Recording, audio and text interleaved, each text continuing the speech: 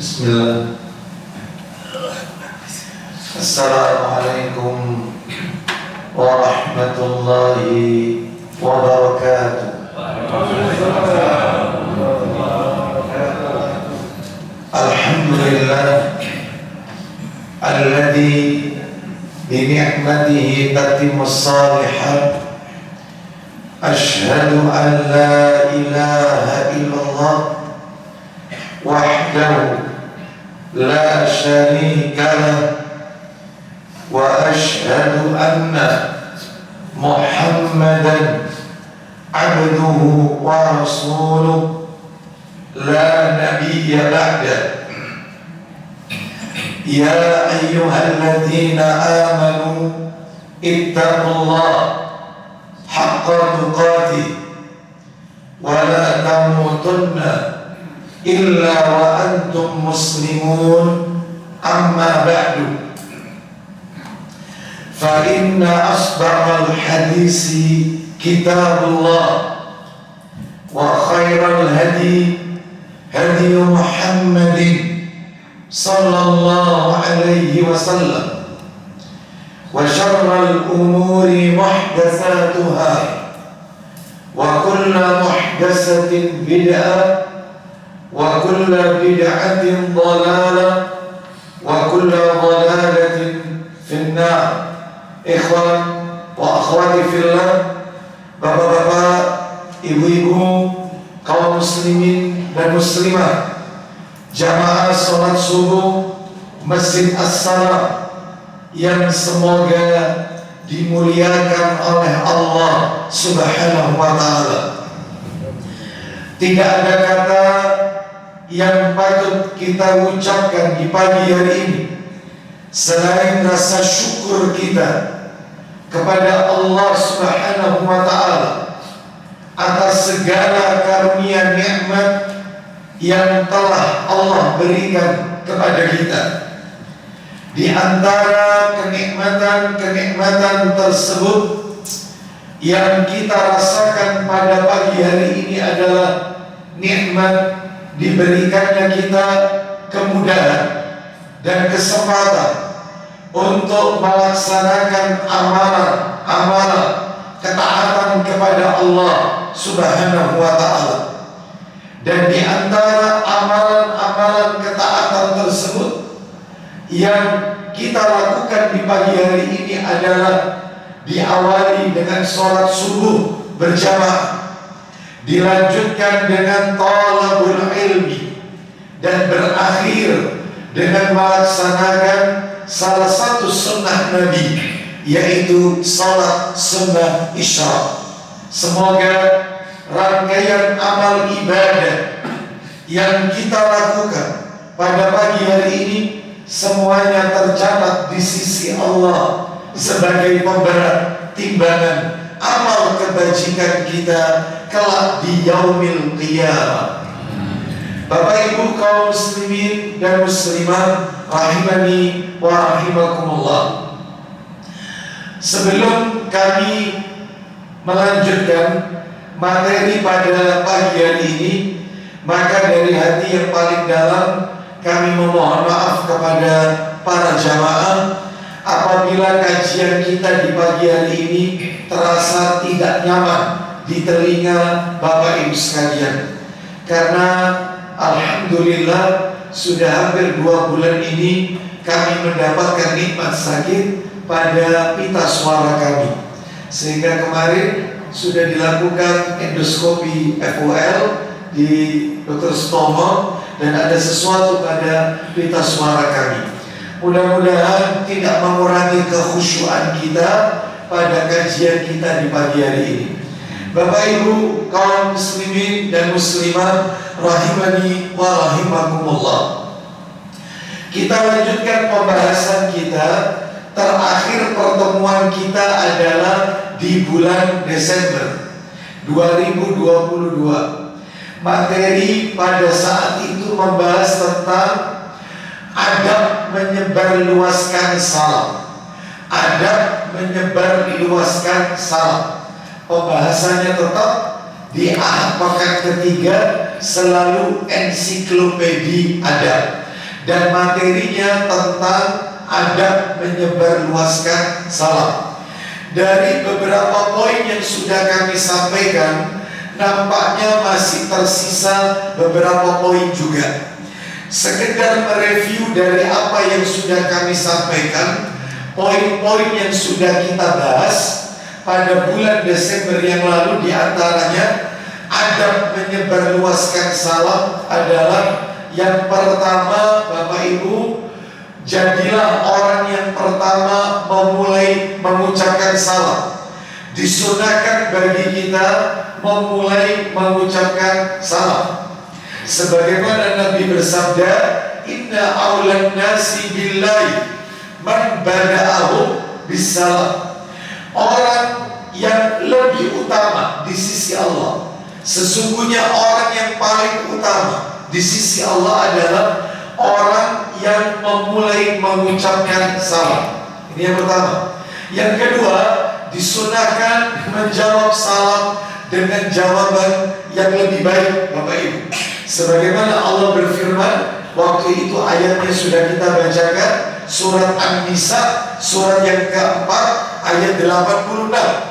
Jadi kalau kita mendapatkan salam, Assalamualaikum, maka kita jawab dengan yang lebih baik, Waalaikumsalam warahmatullah.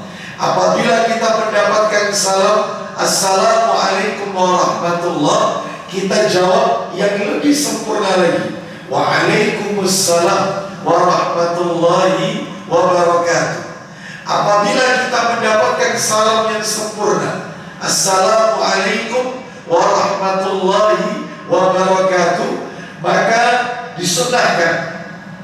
Sebagian para ahli ulama, salah satunya perkataan Al-Hafiz Ibnu Hajar Al-Asqalani rahimahullah, menukil firman Allah An-Nisa ayat 86 tersebut, menambahkan satu kalimat jawabannya, yaitu dengan jawaban Waalaikumsalam warahmatullahi wabarakatuh wa maghfiratuh, yang artinya semoga Allah memberikan keselamatan, rahmat, barokah, dan ampunan. Nah, itu yang disebutkan di dalam kitab Fathul Bari di juz yang ke-7 oleh Ibnu Hajar Al-Asqalani rahimahullah. Bahkan juga disebutkan, yaitu di dalam kitab Tuhfatul Ahwadi di juz yang ke-7 pula, halaman 385. Kita lanjutkan yang ketiga yang sudah kita pelajari, kalau tidak salah 9 poin. Yang ketiga yaitu mengeraskan suara ketika mengucapkan dan menjawab salam. Keraskan suara dan menjawab salam dengan keras, kecuali seorang wanita, karena suara wanita bisa menimbulkan fitnah. Adapun bagi laki-laki, keraskan. Bahkan kata Ibnu Umar radhiyallahu an, beliau berkata, "Idza salamta fa asmi' fa innaha tahiyyatun min 'indillahi mubarakatun thayyibatun." Artinya, apabila kalian mengucapkan salam, maka perdengarkanlah, artinya keraskan. Karena ucapan salam itu merupakan penghormatan dari Allah yang penuh dengan barokah dan baik, thayyibatun, penuh dengan kebaikan. Jadi keraskan. Sebab Bapak Ibu mohon maaf, yaitu disebutkan di dalam hadis Nabi bahwasanya sekalipun kita masuk masjid juga mengucapkan salam. Nah, nanti kita akan bahas itu berikutnya. Yang berikutnya Bapak Ibu sekalian, yang nomor berapa berarti? 4 ya. Yang keempat, ucapkan salam kepada orang yang kita kenal maupun yang tidak kita kenal. Kita kenal maupun tidak kita kenal, ucapkan salam. Sebagaimana Nabi bersabda, "Inna min asyratis sa'ah idza kanatit tahiyyati 'alal ma'rifah." Kata Nabi SAW, sesungguhnya di antara tanda-tanda kiamat itu sudah mulai dekat. Tanda-tandanya adalah apabila ucapan salam itu diucapkan kepada orang yang dia kenal saja. Jadi kalau tidak kenal, maka dia tidak ucapkan salam. Maka ini tidak diperbolehkan, karena itu termasuk salah satu daripada tanda-tanda kiamat. Dan perlu Bapak Ibu ketahui, tanda kiamat itu ada dua. Ada tanda kecil, ada tanda besar. Tanda-tanda kecil adalah peristiwa-peristiwa yang terjadi, yang kejadiannya berulang terus, dan yaitu dianggap biasa oleh manusia sampai nanti kiamat besar. Itu di zaman Nabi sudah terjadi, dan banyak sekali tanda-tanda kecil kiamat, seperti munculnya banyaknya pembunuhan, zina di mana-mana, termasuk khamr diminum di mana-mana, banyak orang yang mabuk, termasuk munculnya anak-anak yang durhaka kepada kedua orang tuanya. Ini tanda-tanda kecil. Adapun kalau tanda-tanda besar, bedanya adalah peristiwa-peristiwa yang terjadi, yang kejadiannya di zaman Nabi belum terjadi, di zaman kita belum terjadi, tapi nanti pasti terjadi di akhir zaman, yang kejadiannya munculnya tidak dianggap biasa, seperti akan keluarnya Dajjal, akan turunnya Isa alaihissalam, akan munculnya keluarnya Imam Mahdi, yaitu keturunan Rasul yang terakhir, yang namanya Imam Mahdi, seperti nama Nabi kita Muhammad, yang ayahnya Imam Mahdi seperti nama ayah Nabi kita Abdullah. Nah ini tanda besar, ini munculnya Dabba, lalu setelah itu terakhir Ya'juj Ma'juj. Ini peristiwa besar, sekarang belum terjadi. Oleh karena itu, maka salah satu tanda kiamat kecil adalah yaitu salam diucapkan kepada orang yang dia kenal saja. Silakan bagi Bapak Ibu yang sempat mungkin ke toko buku, bisa dimiliki buku judulnya, buku itu bestseller. Buku itu kitab Arab yang sudah ditranslate, diterjemahkan dalam bahasa Indonesia. Judulnya, terjemahannya adalah Ensiklopedi Hari Kiamat. Lengkap. Jadi tanda-tanda kecil itu apa saja. Terakhir, tanda kecil terakhir kiamat itu adalah Ka'bah dihancurkan. Jadi Ka'bah nggak ada, rata. Itu tanda kecil. Ya. Belum turunnya Isa alaihissalam, itu terakhir. Kalau nggak salah lebih dari 30 tanda kecil kiamat. Itu ya. Baik, silakan dimiliki. Kalau sudah terbiasa baca kitab Arabnya, aslinya kitab gundulnya, itu judulnya Asyratus Sa'ah. Ya, baik. Kita lanjutkan sekarang yang nomor 5, Bapak Ibu sekalian. Adab yang nomor 5. Disunahkan bagi orang yang berkendara memberikan salam kepada orang yang jalan. Orang yang berjalan memberikan salam kepada orang yang duduk.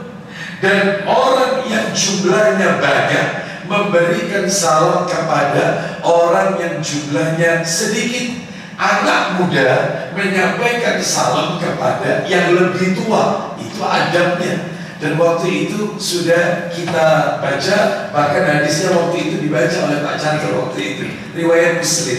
Kita lanjutkan nomor 6. Yang ke-6, tetap menyebarluaskan salam, tetap menyebarluaskan salam berulang kali, walaupun hanya terhalang tembok, pohon, atau batu sekalipun. Kita bertemu, ucapkan salam. Ternyata keluar dari masjid, ketemu lagi, ucapkan salam. Sekalipun terhalang tembok, atau pohon, atau batu. Seperti itu yang diajarkan oleh Rasul Sallallahu Alaihi Wasallam. Sekalipun mungkin orang beragaman, kalau balik ketemu kok salam, ya, sudah salam tadi kok salam lagi, ya. Baik, apa-apa, karena itu dituntutkan oleh Nabi kita Sallallahu Alaihi Wasallam. Sekarang yang berikutnya, yang nomor berapa Bapak? 7. Yang ke-7, diperbolehkan laki-laki menyampaikan salam kepada wanita, wanita menyampaikan salam kepada laki-laki, dengan catatan terhindar dari fitnah. Jadi Nabi pernah disebutkan dalam riwayat Abu Dawud, marra alaina Nabi sallallahu alaihi wasallam fi niswatin fasallama alaina. Nabi pernah berjalan melintasi sekelompok kaum wanita. Ingat, sekelompok kaum wanita. Wanitanya bukan seorang diri, bukan, sekumpulan wanita. Lalu Nabi menyampaikan salam. Tidak apa-apa. Jadi yang tidak boleh itu laki-lakinya sendiri, wanita itu sendiri nyampaikan salam. Maaf, maka sebaiknya tidak dilakukan karena khawatir menimbulkan fitnah. Kecuali kalau suami itu bersama istrinya, lalu wanita yang sendirian itu menyapa, Assalamualaikum, boleh. Karena apa? Karena laki-laki atau wanita itu ada mahramnya. Nah itu. Jadi dalam hal ini boleh asalkan terhindar dari fitnah. Baik, ini yang ketujuh. Yang nomor 8 yang sudah kita bahas, disunahkan memberi salam kepada anak kecil. Anak kecil. Sebab apa? Sebab disebutkan dalam satu riwayat, yaitu riwayatnya riwayat Muslim, anna Rasulullah sallallahu alaihi wasallam marra ala ghilmanin fasallama alaihi. Sesungguhnya Rasulullah SAW bertemu dengan beberapa orang anak, lalu beliau memberi salam kepada mereka dan ucapkan salam dengan bahasa Arab yang fasih. Jangan mengikuti bahasa anak kecil, yaitu latak atau cadel. Jangan. Kita perdengarkan kepada mereka bahasa Arab yang fasih. Assalamualaikum. Jangan ikut-ikutan bahasa mereka. Assalamualaikum. Jangan. Ya, perdengarkan ke telinga mereka bahasa Arab yang fasih. Itu ya. Baik, itu yang 8. Yang ke-9, nah ini yang terakhir, waktu itu hendaknya tidak meniru ucapan salam ahli kitab. Siapa ahli kitab? Yahudi dan Nasrani. Selain Yahudi dan Nasrani tidak disebut ahli kitab, karena selain Yahudi dan Nasrani tidak mendapatkan kitab dari langit. Hindu dan Buddha punya kitab juga, Weda dan Tripitaka. Tetapi kitab itu adalah buatan para dewa, bukan kitab samawi, kitab langit. Adapun Majusi juga punya kitab, Zen Avesta, bukan kitab samawi. Konghucu juga punya kitab, namanya Tao Te Ching. Itu bukan kitab dari langit, dari Allah. Termasuk aliran kepercayaan Tuhan yang Maha Esa, itu pun juga punya kitab mereka, Serat Centani, Hidayat Jati, atau Dharma Gandul. Itu bukan kitab samawi, sehingga yang ahlul kitab ya cuma 2, Yahudi dan Nasrani. Kenapa disebut ahlul kitab? Karena kitab yang turun kepada mereka, yaitu Musa dan Isa, itu langsung satu gembok. Jadi langsung satu kitab turun langsung sekaligus kepada mereka. Makanya disebut ahlul kitab. Sedangkan kalau kita kan tidak, Al-Quran itu turun berangsur-angsur. Tidak langsung 30 juz kepada Rasulullah. Tidak, berangsur-angsur selama 23 tahun, 10 tahun, 13 tahun periode Mekah, 10 tahun periode Madinah. Jadi kita umat Nabi Muhammad bukan ahlul kitab, tetapi kita ini umat penghafal. Makanya turunnya itu 1 ayat 2 ayat dihafalkan itu. Nah, sedangkan mereka umat pembaca. Yahudi Nasrani itu umat pembaca. Mana yang lebih canggih Bapak Ibu? Pembaca atau penghafal? Penghafal. Masalahnya umatnya Rasulullah gak hafal-hafal Al-Quran, ya. Itu. Jadi kalau nggak bisa hafal 30 juz, minimal juz 30 lah. Ya. Bapak Ibu sekalian, jadi kita umat penghafal. Nah, Nabi mengatakan nggak boleh mengucapkan salam seperti orang-orang ahlul kitab. Kenapa? Karena Yahudi itu kalau mengucapkan salam dengan isyarat jari, sedangkan kalau Nasrani dengan isyarat telapak tangan. Jadi kalau Yahudi itu seperti kisbay, kis. Yahudi. Sedangkan kalau Nasrani dengan telapak tangan, dada. Nggak boleh. Sedangkan kita punya salam tersendiri, Assalamualaikum. Sedangkan mereka, ya, dada, ya. Papa mau pergi, dada sama papa, dada, ya. Ajaran ahlul kitab masuk di rumahnya. Ya. Oleh karena itu ayo kita ajarkan yang Islami, di rumah kita. Dan ini berdasarkan hadis riwayat Muslim. Waktu itu sudah kita bahas. Baik, sekarang yang nomor 10 lanjutannya. Lanjutannya ini disiapkan kitabnya. Baik. Yang ke-10, larangan dilarang memulai salam dengan ahlul kitab. Nggak boleh memulai salam kepada mereka. Nggak boleh. Apa maksudnya memulai salam? Nanti kita jelaskan setelah kita dengarkan dalilnya. Minta tolong Pak Catur dalilnya Sahih Targhib wa Tarhib jilid 5 ya. Nomornya 2725 2725 ya, 2725 ya. Silakan, dari mana itu hadisnya? Dibaca dari Abu Hurairah radhiyallahu anhu. Ya. Rasulullah Kaki ada baca terus. Iya. Silakan, dia belakang dengar. Silakan. Dari Abu Hurairah radhiyallahu anhu bahwasanya Rasulullah sallallahu alaihi wasallam bersabda, La tabda'ul yahuda wal nasara bisalam. Silakan. janganlah memulai memberi salam kepada orang-orang Yahudi dan Nasrani. Stop, sampai di situ aja. Nggak boleh memulai salam mereka. Maksudnya apa? Kok tidak boleh memulai salam mereka? Maksudnya adalah menggunakan ucapan-ucapan salam yang menjadi kekhususan agama mereka. Nggak boleh. Ada sebagian kaum muslimin yang mencampur adukan antara salam Islam dengan salam seperti kekhususan agama mereka. Misalnya dengan mengatakan Assalamualaikum warahmatullahi wabarakatuh, Om Swastiastu, Namo Buddhaya, Salam salam kebajikan. Alhamdulillah. Waliyadzubillah min dzalik. Asyhadu an la ilaha illallah wa asyhadu anna Muhammadar Rasulullah. Itu bisa batal syahadatnya. Makanya baca syahadat lagi. Alhamdulillah. Waliyadzubillah min dzalik. Saya hanya memberikan contoh aja. Kenapa? Karena salam-salam mereka ini mengandung unsur pengagungan kepada Tuhan mereka. Contoh, salamnya orang Hindu, Om Swastiastu. Artinya adalah Om Swastiastu dikatakan semoga selamat dalam lindungan Ida Sang Hyang Widiwasa. Tuh, bayangkan, batal itu. Akidahnya rusak, batal. Hati-hati, jangan dicampur adukan. Termasuk salamnya agama Buddha, Namo Buddhaya, terpujilah semua Buddha. Ada lagi salamnya agama Nasrani, Kristen, Salam, keselamatan, dan seterusnya.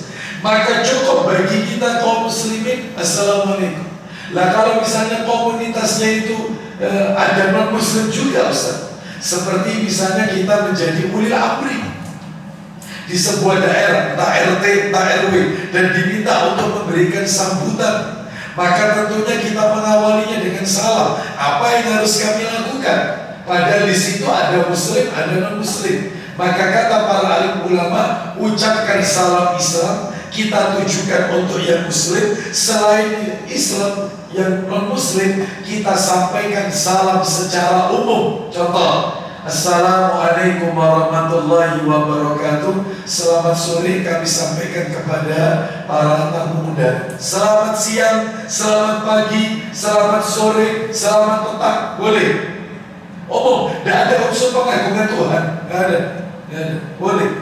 Jangan ditambah-tambah. Yang konon katanya kalau tidak ditambah, maka itu namanya intoleran. Salah. Mana yang lebih toleransi? Rasul ataukah kita? Rasul orang yang paling toleransi. Bahkan beliau mengajarkan sikap toleransi kepada kita. Bahkan apakah berani seseorang mengatakan Rasul itu radikal, Rasul itu intoleran? Saya yakin gak ada yang berani. Kenapa? Karena Nabi adalah sosok seorang Rasul yang sudah memberikan petunjuk terbaik.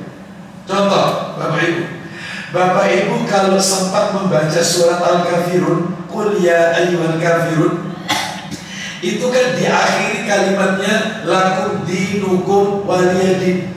Itu.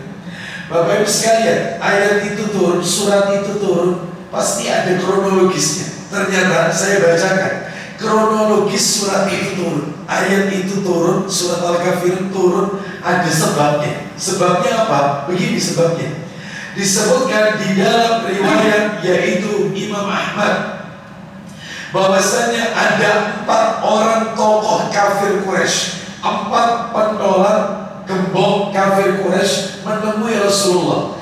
4 orang ini namanya: 1 Al-Walid bin Mughirah, 2 Al-As bin Wa'il, 3 Al-Aswad ibn Muttalib, masih ada keluarga sama Nabi, Abdul Muttalib, kakek Nabi. Yang ketiga Umayyah bin Khalaf. 4 gembong kafir Quraisy ini menemui Rasulullah SAW. Lalu mereka menawarkan toleransi kepada Nabi. Tawaran toleransinya kebablasan Bapak Ibu. Bapak Ibu tahu apa yang mereka tawarkan? Ya Muhammad, daripada kita terus berperang, banyak anak-anak jadi yatim, kehilangan ayahnya, kehilangan orang tuanya, banyak wanita jadi janda, daripada kita diribut terus, perang-perangan terus, banyak korban di mana-mana, lihat pertumpahan darah. Begini aja. Kami akan menyembah Tuhan yang kamu sembah, tapi dengan syarat kamu juga harus menyembah Tuhan yang tak sembah. Ini toleransi gila-gilaan ya. Terus yang kedua, apa yang menurut ajaranmu itu baik, agama yang kau bawa itu baik, maka kami lakukan. Tapi juga begitu, kamu juga harus melakukan ajaran agama, ajaran yang menurut kami baik. Itu aja, supaya enak, tenang, gak perang-perangan. Sudah. Akhirnya Nabi terdiam, turun. Qul ya ayyuhal kafirun, katakan Muhammad kepada mereka, wahai orang-orang kafir, la a'budu ma ta'budun, aku tidak menyembah apa yang kamu sembah. Sampai ayat terakhir, lakum dinukum waliyadin, agamamu ya agamamu, agamaku ya agamaku. Toleransi, Masya Allah. Radikal enggak, intoleran enggak. Oleh karena itu Bapak Ibu sekalian, ayo kita harus punya sikap, sampaikan salam, dan yang kalau ingin menambahkan, memberikan salam kepada mereka non-muslim, ucapkan salam secara umum saja. Selamat pagi, selamat petang, selamat sore. Ya, baik, kita lanjutkan sekarang yang nomor 11 Bapak Ibu. 11. Disunahkan ketika memasuki rumah mengucapkan salam. Jadi ketika masuk rumah ucapkan salam. Ya, kenapa? Minta tolong Pak Jatuh dalilnya Sahih Targhib wa Tarhib jilid 1. Kalau nggak salah sudah saya siapkan talinya itu, ya. Nomornya 321. Sahih Targhib wa Tarhib 321. Ini hadis riwayat Bukhari. Dalam riwayat Bukhari dalam kitab Sahih Targhib wa Tarhib nomor 321. Silakan. Dari Abu Umamah radhiyallahu anhu bahwa Rasulullah SAW bersabda, Nabi bersabda, salasatun kulluhum dhaminun 'ala Allah, in 'asha ruziqa wa kufiya wa in mata adkhalahu al-jannah. Masyaallah, enak 3 orang ini, kita dengarkan. Silakan. ada 3 orang yang semuanya dijamin Allah oleh Allah. Ada 3 orang yang dijamin semuanya oleh Allah. Apa jaminannya Pak Catur? Jika hidup maka dia diberi rezeki dan diberi kecukupan. Terus kalau meninggal, Dan jika mati maka Allah memasukkannya ke dalam surga. Enak ini 3 orang ini. 3 orang dijamin oleh Allah. 3 orang, cuma 3 aja. Yang pertama, kalau hidup rezekinya dicukupi oleh Allah, kamu mungkin miskin. Yang kedua, kalau meninggal dijamin masuk surga. Siapa 3 orang itu? 1, silakan Pak Jatuh. Orang yang masuk ke rumahnya lalu dia mengucapkan salam. Salam. Setiap masuk rumah, keluar rumah, masuk rumah, ucapkan salam. Dan ketika masuk ucapkan salam, kitanya yang ucapkan, bukan belnya Bapak Ibu. Nanti belnya yang masuk surga, bukan belnya. Jadi meskipun bel rumah kita sudah mengucapkan Assalamualaikum, ya, klik loh, Assalamualaikum. Lah kita yang di dalam tidak usah jawab Waalaikumsalam, karena kita tidak dituntut menjawab salamnya bel.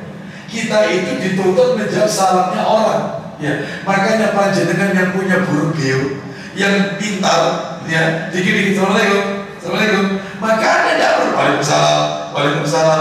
Karena kita tidak ada perintah syariat menjawab salam, yaitu huruf bio. Karena ada huruf bio yang bisa ucapkan salam. Gak ada perintah syariat menjawab salam.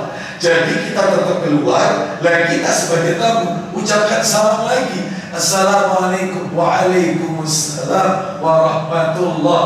Kita tambahkan. Ya, jangan kemudian sebagaimana sebagian orang salamnya disingkat jam salamnya. Kalau mendapatkan salam, assalamualaikum, disingkat sama dia, seakan-akan keren, padahal itu salah.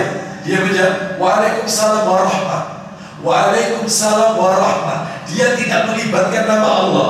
Dia kepingin mendapat rahmatnya siapa kalau bukan rahmatnya Allah. Maka ucapkan Allahnya. Jadi yang benar waalaikumsalam warahmatullah. Tullah Allahnya sebut. Ya. Jangan disingkat waalaikumsalam warahmat. Jangan. Kelihatannya keren, padahal salah. Baik, kita lanjutkan. Jadi terus nomor 2, Pak Catur, siapa yang mendapatkan jaminan? Orang yang keluar ke masjid. Orang yang suka melangkahkan kaki ke masjid, 5 waktunya berjamaah di masjid. Masya Allah, itu dijamin. Rizkinya dicukupi, kalau wafat masuk surga. Mudah-mudahan jamaah as-salam diistiqomahkan oleh Allah Azza wa Jalla untuk selalu memakmurkan masjid as-salam. Ya. Baik, terus nomor 3. Dan orang yang berangkat di jalan Allah. Orang yang jihad, berangkat fisabilillah di jalan Allah. Baik, kita lanjutkan Bapak Ibu sekarang yang nomor berapa? 12. Nomor 12 sambil diingatkan saya. Nomor 12. Tidak boleh menjawab salam ketika di kamar mandi. Tidak boleh. Kita di kamar mandi, keluarga kita berpamitan. Ya, putra putri kita, Bu berangkat, assalamualaikum. Kita jawab waalaikumsalam atau waalaikumsalam warahmatullah. Nah, boleh. Jadi keluar dulu dari toilet, baru kita jawab waalaikumsalam warahmatullah. Mana dalilnya? Buka hadis Abu Dawud, kitab Sunan Abu Dawud jilid 1, jilid 1. Nomornya awal-awal nomor 17. Sahih Sunan Abu Dawud nomornya 17.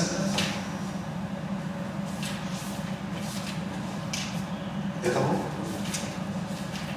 17. Ya, silakan. 17. Dari Aisyah radhiyallahu anha. Aisyah, bukan Aisyah. Dari Aisyah Aisyah organisasi. Dari Aisyah radhiyallahu anha bahwasanya Nabi Shallallahu alaihi wasallam apabila keluar dari kampus atau WC, Ya. beliau mengucapkan ghufranaka. Nomor berapa itu? Nomor 17. Itu 30 itu. Oh, mana itu? Bukan itu. Yang kecil-kecil itu. Iya, 17. Nah, ya, 17, silakan. Dari Ibnu Umar radhiyallahu anhu, dia berkata, Ya. suatu ketika ada seorang laki-laki melewati Nabi Shallallahu alaihi wasallam, Sedangkan Nabi sedang berbuang air kecil. terus Kemudian dia memberikan salam, namun beliau Nabi Muhammad Shallallahu alaihi wasallam tidak menjawabnya. tidak menjawab karena ada di toilet. Setelah itu, Bahwa Nabi Shallallahu alaihi wasallam bertayamum. terus, Kemudian beliau menjawab salam orang tersebut. nah terus selesai. Sampai Itu nomor? nomor 16. Ya, 17 ya. Ya. Dari Muhajir bin Good Foods. Ghufranah bahwa dia pernah mendatangi Nabi Muhammad Shallallahu alaihi wasallam ketika beliau sedang buang air kecil. Terus, Lalu dia memberi salam kepadanya. terus, Namun beliau Shallallahu alaihi wasallam tidak menjawabnya. nggak jawab. Terus, Sehingga selesai berwudu, terus, kemudian beliau Nabi Muhammad Shallallahu alaihi wasallam minta maaf. tuh, bayangkan Nabi loh ini minta maaf. Karena Nabi tidak menjawab salam orang itu karena beliau ada di toilet. Ketika selesai wudhu keluar dari toilet itu, maka Nabi minta maaf. Kata Nabi, sebenarnya aku tidak berat menjawab salam. Hanya saja aku dalam keadaan tidak suci, dan aku tidak senang menyebut nama Allah dalam keadaan tidak suci. Hanya saja aku ada di toilet. Sekarang perdengarkan ucapan jawaban salamku. Waalaikumsalam warahmatullah. Dijawab. Nah, jadi tidak boleh menjawab salam ketika ada di toilet. Ini yang nomor 12. Nomor 13. Yang ke-13, diperbolehkan, boleh mengucapkan salam kepada orang yang sedang sholat. Boleh. Kita masuk masjid, di masjid ada orang sholat, kita masuk masjid ucapkan salam, Assalamualaikum. Dirasa. Sedangkan orang yang sholat cukup memberi isyarat. Loh, gimana cara memberi isyaratnya? Yuk kita dengarkan. Coba dibuka Abu Dawudnya, Pak Jatuh, jilid 1 tetap. Nomornya 927. 927 Abu Dawud 927 itu dari sahabat Ibnu Umar radhiyallahu anhu, putranya Umar bin Khattab radhiyallahu anhu. Silakan, ya, monggo. Dari Abdullah bin Umar radhiyallahu anhu, dia berkata, Ya, karena Rasulullah SAW pergi ke Kuba. Masjid Kuba yang dekat Masjid Nabawi, kurang lebih 6 kilo dari Masjid Nabawi, Masjid Kuba. Terus Beliau sholat di sana. Terus Katanya datang orang Ansor kepada beliau. ada orang Ansor, orang penduduk Madinah menemui Nabi. Waktu itu Nabi lagi sholat. Lanjut. Lalu memberi salam. Terus Sedangkan beliau tengah mengerjakan sholat. Terus Kata Abdullah, bagaimana kata Abdullah? aku berkata kepada Bilal, Ya, bagaimana Anda melihat Rasulullah SAW menjawab salam mereka? bagaimana caranya Rasul menjawab salamnya mereka? Oh, Nabi itu lagi sholat. Nah, ini ya, silakan. Bagaimana itu? Apa kata Bilal, muadzinnya Rasul ini? Silakan. Sewaktu mereka memberi salam kepadanya, Lanjut. sedangkan beliau tengah mengerjakan sholat, Terus, kata Bilal, ya, beliau memberi isyarat demikian. apa itu? Ja'far bin Auf membuka telapak tangannya, Ya, lalu bagian dalamnya dijadikan di bawah dan di bagian luarnya di sebelah atas. jadi telapak tangannya menghadap ke bawah, punggung telapak tangan menghadap ke atas. Prakteknya gimana? Tak kasih contoh. Jadi kalau misalnya kita lagi sedekah, anak kita datang pulang sekolah misalnya, Assalamualaikum misalnya, maka kita cara jawabnya adalah memberikan isyarat dengan mengangkat tangan kita. Jadi cukup begini aja. Ini diangkat. Nah, ini sebagai isyarat waalaikumsalam. Lah kalau pas rokok Ustaz gimana? Sama, ketika rokok misalnya pada saat rokok, maka cukup kita angkat aja tangan kita. Misalnya dapat jawaban, dapat salam, Assalamualaikum, kita jawab. Itu.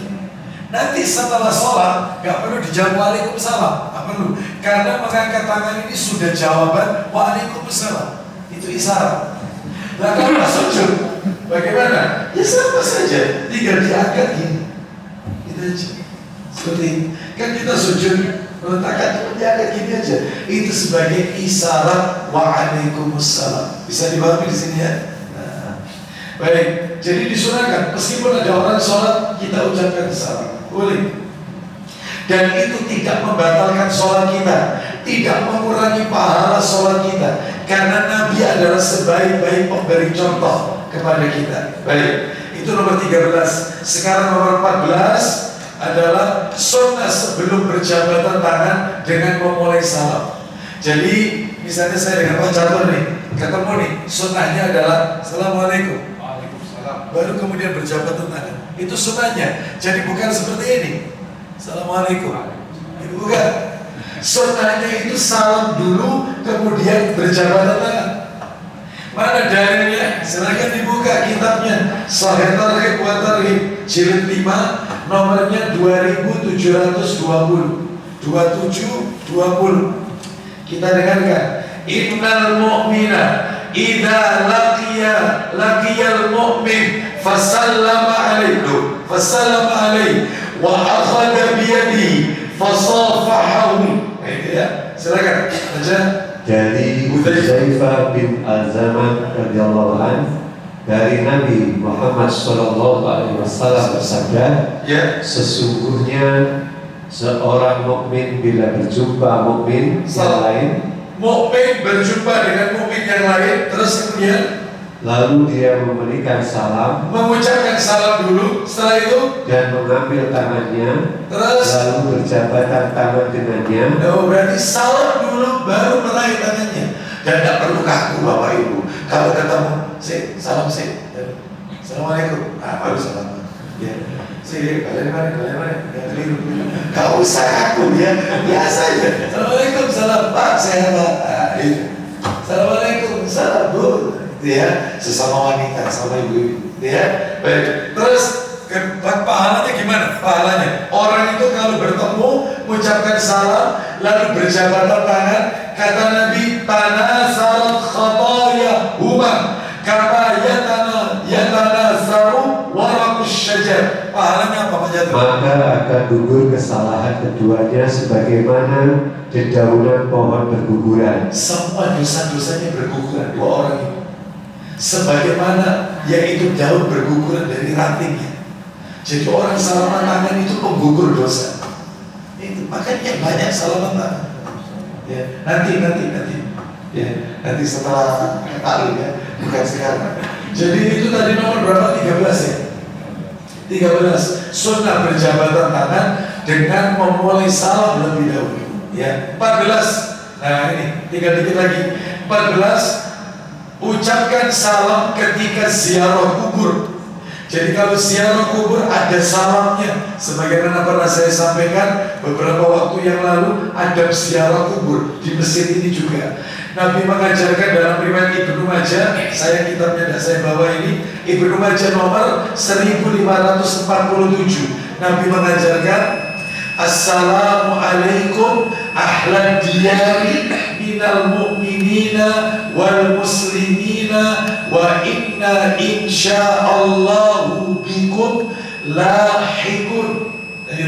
Semoga Allah memberikan keselamatan kepada kalian wahai para penghuni kubur dari kalangan orang-orang yang beriman dan kalangan orang-orang Islam. Insya Allah kami akan menyusul kalian. Baru doa untuk mereka. Sedangkan kalau doa tidak boleh ngadep kuburan, harus cari arah kiblat. Jadi ucapan salam menghadap kuburan, ucapan doa menghadap kiblat. Nas'alullahu lana wa lakumul afiyah. Kami memohon kepada Allah untuk kami dan untuk kalian keselamatan. Allahumma ighfir lahum warhamhum wa'afihim wa'fu anhum wa'akrim nusulahum wa wasi' madkhalahum waghsilhum bil ma'i wasalji wal barad. Dan terus itu panjang ya, itu baru doa untuk mereka ketika ziarah kubur ya. Baik, itu yang nomor 14. Nomor 15 yaitu 15 adalah ucapkan salam ketika dikubur Nabi. Jadi kalau kita ditakdir oleh Allah menunaikan umrah atau haji, mudah-mudahan Allah takdirkan kita bisa melaksanakan rukun Islam kelima atau mungkin menunaikan umrah pada saat kita di Madinah. Setelah dari Raudhah tentunya melewati makam Rasul dan dua orang sahabatnya. Sahabat merangkap mertua. Yang mertua ya sahabat, yaitu Abu Bakar dan Umar. Baik, ucapkan salam kepada Nabi dulu. Assalamu alaika ya Rasulullah. Atau ucapan yang lain, Assalamu alaika ayyuhan nabiyyu. Seperti kita tahiyat, Assalamu alaika ayyuhan nabiyyu wa rahmatullahi wa barakatuh. Persis seperti tahiyat. Boleh. Termasuk ketika melewati Abu Bakar, Assalamu alaika ya Abu Bakar. Ketika melewati Umar, Assalamu alaika ya Amirul Mukminin Umar ibnul Khattab radhiyallahu anhu. Itu. Jadi ucapkan salam. Ya, baik. Terus kemudian yang berikutnya yang ke-16 insyaallah, yang ke-16 adalah terakhir penutup sampai 16 ini. Oh, sampai 17. Yang ke-16 adalah bila salam tidak dijawab? Bagaimana jika ucapan salam kita tidak dijawab? Sampai 3 kali tidak dijawab. Pak, Assalamualaikum. Tidak dijawab. Misalnya nih ketemu saudara kita, Assalamualaikum Pak, Waalaikumsalam. Ya. Mungkin dia nggak dekat, kita deketin lagi. Assalamualaikum Pak, nggak dijawab. Ya. Itu katanya Rasulullah, kita dengarkan nih. Orang ini orang ya, hati-hati. Ya. Silakan dibuka Sahih Targhib wa Tarhib jilid 5 nomornya 2758 2758 ya. 2758. Kita kalau dapat salam kita jawab. Sebab ada sebagian kaum muslimin mungkin karena beda kelompok ya, mungkin karena beda manhaj ya, mungkin kan salamnya tidak dijawab ya. Berapa kali saya itu ditegur oleh beberapa satpam perumahan. Ada beberapa perumahan saya memberikan taklim ya, bukan hanya di Puri ini saja, Masjid As-Salam, ada di Masjid Al-Ikhlas Palm Spring dan juga beberapa perumahan yang lain. Seringkali ditegur, Pak Ustadz ini yang penceramahnya tadi, iya. Boleh tanya Pak Ustadz? Monggo Pak, silakan. Orang menjawab salam itu hukumnya apa Pak Ustadz? Wajib. Nah ya, saya itu kalau nyampaikan salam ke jamaahnya Pak Ustadz itu nggak dijawab. Apa mungkin saya nggak jenggotin Pak Ustadz itu? Apa mungkin celana saya nggak cikrak? Salah. Anda benar. Yang salah mereka. Kenapa Bapak tidak dijawab? Mungkin Bapak tidak mendengar. Anda kok Pak Ustadz saya tahu itu nggak jawab kok. Sudah nanti saya ingatkan. Boleh jawab salam. Waalaikumsalam warahmatullahi. Siapapun itu saudara kita Muslim. Sebab kalau tidak, nah ya ini salam 3 kali nggak dijawab. Ini dalilnya. Silakan Pak Jatuh 2758 Sahih Targhib wa Tarhib. Ayo. Dari Aisyah radhiyallahu anha Ya. bahwasanya Rasulullah SAW bersabda, Isi sabdanya, tidak boleh seorang muslim memutus hubungan dengan muslim lainnya lebih dari 3 hari. belum poinnya. Kata Nabi nggak boleh jodohan ya, bermusuhan lebih dari 3 hari. Kamu ya, antar tetangga tidak saling menyapa, nggak boleh lebih dari 3 hari. Batas maksimal 3 hari. Jangan lebih dari 3 hari. Ya. Bisa aku pangkal minta virus 3 hari aja. Kalau bisa jangan benci lah ya. Kalau bisa kenapa emang itu saudara kita? Kenapa bermusuhan? Pak, Bu, maafin, maaf. Ada dalilnya, tapi nanti insya Allah dalam waktu aja, lain waktu aja. Ada dalil. Sahih Targhib jilid 2. Ada, saya bawa di mobil yang jilid 2. Yang saya bawa ke masjid ini jilid 1 sampai jilid 5. Itu Nabi mengatakan setiap hari Senin Kamis itu amalan manusia itu dilaporkan kepada Allah. Sepakat 2 kali Senin Kamis. Makanya kata Nabi, aku suka puasa Senin Kamis karena saat itulah amal dilaporkan dan pintu-pintu surga dibuka Senin Kamis. Kecuali bagi orang yang bermusuhan, maka Allah berkata kepada para malaikatnya, tunda tobatnya atau apa ini istighfarnya tunda sampai 2 orang itu bertemu kembali, sampai saling memaafkan. Ditunda. Jadi kita ini sudah capek-capek tahajud, capek-capek zikir pagi petang, capek-capek saudara beramal di Masjid As-Salam, nggak diterima sama Allah. Kenapa? Musuhan. Sampai 2 orang itu kembali lagi rukun, baru terangkat, namanya diterima. Allahu Akbar. Ya, baik.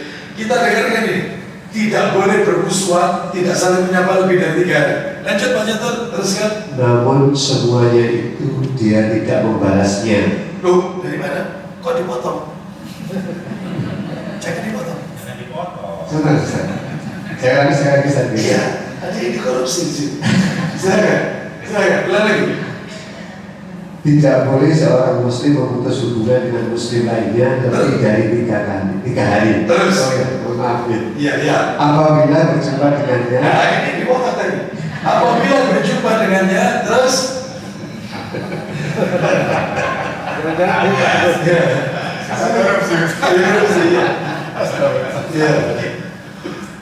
Apabila berjumpa dengannya, terus lalu memberi salam kepadanya 3 kali. ucapkan salam 3 3 kali dan semuanya itu dia tidak membalasnya. nggak jawab 3 kali. Maka sungguh dia pulang dengan membawa dosa orang yang memberi salam. jadi seluruh dosa-dosa kita diangkat oleh Allah, ditimpakan kepada orang itu. Wih, kita nyampaikan salam 3 kali, salam nggak dijawab. Kita dekat, assalamualaikum nggak dijawab. Assalamualaikum nggak dijawab lagi. Semua dosa kita diangkat oleh Allah, ditimpukan kepada orang itu.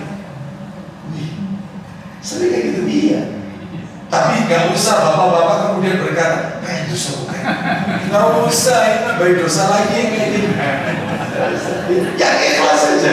Mungkin dia lagi nggak enak, yang ikhlas saja. Oh, mungkin dia berikan udzur kepada saudara kita. Mungkin dia repot, mungkin dia nggak dengar betul-betul, nggak dengar. Ya sudahlah, itu. Berikan udzur, jangan suudzon dulu, jangan negatif thinking. Tetapi saat itu menurut agama, menurut sabda Nabi, dosa kita diambil oleh dia, dilimpahkan. Allahu Akbar. Jadi wajib mengucapkan salam itu sunnah, sedangkan menjawabnya itu wajib. Jawab salam. Wallahu a'lam bishawab. Terakhir penutup nomor 17, bagaimana ketika di media sosial. Nah ini banyak ini pertanyaan menggelitik. Ustaz, saya kalau kirim chat WA itu saya awali assalamualaikum dulu atau bismillah dulu? Baik, jawabannya sepakat ulama, sepakat. Memang di zaman Nabi tidak ada WA, tidak ada handphone. Tetapi ulama melakukan ijtihad qiyas berdasarkan hadis Nabi. Jadi begini, kata para ulama, ini kaidah yang perlu Bapak Ibu pahami. Simpel tetapi ini penting. Jadi chat itu identik percakapan. Chat identik sama dengan percakapan. WA sama dengan percakapan. Sedangkan surat identik email. Email itu surat. Baik. Sedangkan berdasarkan hadis Nabi itu kalau memulai dialog percakapan itu dengan assalamualaikum. Kita kalau ngechat, piye kabar? Pasti tanya jawab. Dialogin, ini percakapan. Berarti kalau gitu Ustaz, memulai chat di WA, assalamualaikum. Iya, assalamualaikum. Bukan bismillah. Sedangkan menulis surat, sebagaimana Rasul menulis surat ke Heraklius waktu itu, dalam sejarah disebut bismillah, pakai nama Allah. Suratnya ke Heraklius. Nah, jadi bukan assalamualaikum, isi suratnya awalnya bismillah. Jadi kalau begitu chat diawali assalamualaikum, kalau surat atau email dengan bismillah. Nah, sudah paham di sini. Ustaz terlalu panjang, nggak susah, nggak apa-apa. Ada stiker assalamualaikum. Ada nggak stiker assalamualaikum? Jawabannya Ustaz, kita kalau dapat kita jawab di lisan atau kita ketik, cukup dijawab di lisan tidak apa-apa, atau ada kirim stiker waalaikumsalam, sama aja. Waalaikumsalam, sama. Yang penting yang nggak boleh itu disikat. Asku berebut. Apa asku berebut? WRWB itu berebut. Assalamualaikum WR.WB. Jangan disikat. Ya, jangan. Tulis saja. Apalagi sekarang ada stiker yang lengkap tulisan Arabnya ada, itu kirim sama dengan assalamualaikum. Yang penting niatnya memulai. Wallahu a'lam bishawab. Demikian apa yang bisa kami sampaikan. Semoga menjadi tambahan ilmu yang bermanfaat. Ada yang bertanya? Silakan. Assalamualaikum warahmatullahi wabarakatuh. Waalaikumsalam warahmatullahi wabarakatuh. Pertama, apakah Rasulullah maupun sahabat Rasulullah yang bernama Umar itu pernah mengadakan pertemuan yang terdiri dari Muslim dan non-Muslim, Yahudi dan Nasrani? Nah, dan bagaimana mereka membukanya? iya. Ya, ini yang pertama. Iya. Terus yang kedua,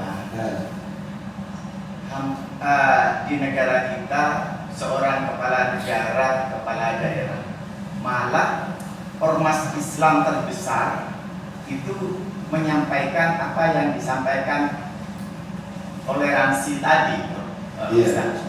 Jadi bagaimana? Jadi ini ormas terbesar, yang ormas Islam terbesar itu menyampaikan salam seperti Muslim, Hindu, Buddha dan sebagainya, Nasoro, Yahudi. Mohon petunjuk. Nah, barakallahu fiik. Masya Allah.